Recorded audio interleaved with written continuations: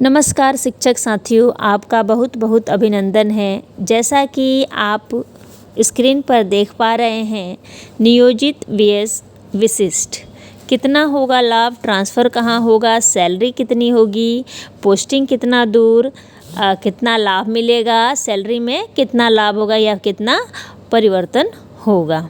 तो इन सभी महत्वपूर्ण बिंदुओं पर आज हम चर्चा करने वाले हैं, तो बने रहिए लास्ट तक हमारे साथ। नियोजित शिक्षक vs विशिष्ट शिक्षक कौन बेहतर। मान लीजिए आज के तिथि में किसी नियोजित बेसिक शिक्षक का मूल वेतन 28,660 रुपये है। इनका कुल ग्रॉस सैलरी आज की तिथि में 45,710 बनता होगा, लेकिन इसमें से 1,800 रुपये EPF के रूप में कटता है और उसके बाद कटने के बाद कैश इन हैंड जो मिलता है वो 43,910 रुपये मिलता है। भविष्य के नाम पर इनका 1,800 जो हमारा EPF कटता है और प्लस में 1,800 सरकार का जो कटता है, उन दोनों को जोड़ के प्रति माह 3,600 रुपये जमा होता है। 2021 के सितंबर से EPF की कटौती हो रही है, जो अब तक 37 माह हो गया है, जिसको हम 3,600 से गुणा करेंगे तो 1,33,200 जमा हुआ है। टोटल जो राशि हुई है 2021 सितंबर से लेके अब तक वो 1,33,200 रुपये जमा हुआ है। अगर हम नियोजित शिक्षकों की बात करते हैं तो उसमें ट्रांसफ़र की सुविधा भी नहीं है, ना ही पेंशन है, ना ही ग्रेजुएटी है, और कर्मी कौन से है तो नियोजन इकाई के हैं। तो इस तरीके से हम देख पा रहे हैं कि जो नियोजित शिक्षक है उनको बहुत ज़्यादा नुकसान है। ट्रांसफ़र की सुविधा नहीं है, पेंशन नहीं है, ग्रेजुएटी नहीं है। चलिए देखते हैं कि विशिष्ट शिक्षक के बनने के बाद हमें क्या क्या फ़ायदा होने वाला है।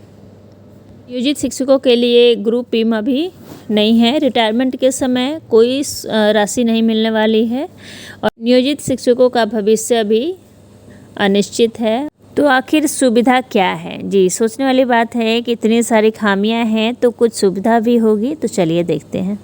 नियोजित शिक्षकों को एक सुविधा तो है कि 80% जो लोग हैं वो अपने घर के आसपास नियोजित हैं।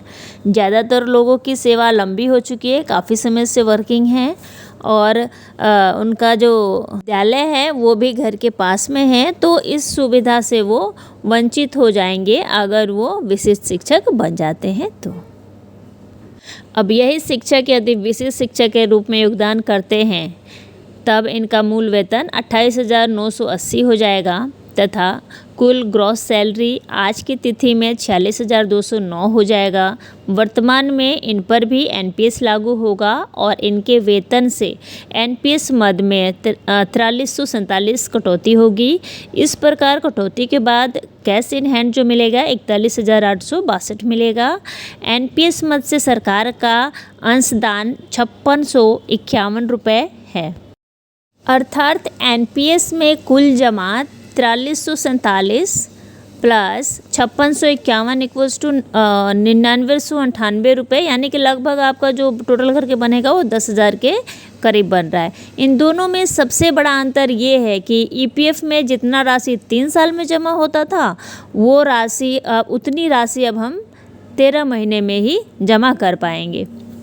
इसके साथ साथ विशिष्ट शिक्षक को जो एक सबसे बड़ी सुविधा दी गई है वो है ट्रांसफ़र की सुविधा, जिसमें संपूर्ण भारत में कहीं भी ट्रांसफ़र किया जा सकता है। ग्रेजुएटी, हाँ ग्रेजुएटी भी मिलेगा। कर्मी बिहार सरकार के कर्मी कहलाएंगे और इसमें चिकित्सा की भी सुविधा होगी। ग्रुप बीमा, हाँ ग्रुप बीमा भी इसमें मिलेगा। रिटायरमेंट के समय राज्य कर्मी को मिलने वाले विशिष्ट शिक्षक बन जाने से भविष्य भी जो है सुरक्षित हो जाता है। इसमें कमी भी है तो चलिए उस पर फोकस करते हैं। जैसे कि विशिष्ट शिक्षक के रूप में पदस्थापन होने के बाद जो 60% लोग हैं वो 15 से 20 किलोमीटर दूरी उनको तय करनी पड़ सकती है। बाकी जो 20% लोग हैं उन्हें 8 से 15 किलोमीटर की दूरी तय करनी करनी होगी। तथा शेष जो 20% लोग हैं उनको 60 to 70 किलोमीटर की दूरी तय करनी पड़ सकती है, ऐसा संभावना जताई जा रही है। ये कोई फिक्स नहीं है, लेकिन जिस तरीके से पोस्टिंग की प्रक्रिया चल रही है, करने की बात चल रही है, उसके बेस पे हम कह सकते हैं कि ऐसी संभावना बनी हुई है। तो दोस्तों, इन सभी मूल बिंदुओं को देखते हुए हम ये कह सकते हैं कि जो विशेष शिक्षक है वो नियोजित शिक्षकों से लाख गुना बेहतर है। तो बेझिझक विशेष शिक्षक को अपनाइए, ट्रांसफ़र की जो सुविधा दी जा रही है उसको अपनाइए और ज्वाइन कीजिए। तो आज के लिए इतना ही। इसी के साथ आपसे विदा लेते हैं। जय हिंद, जय भारत।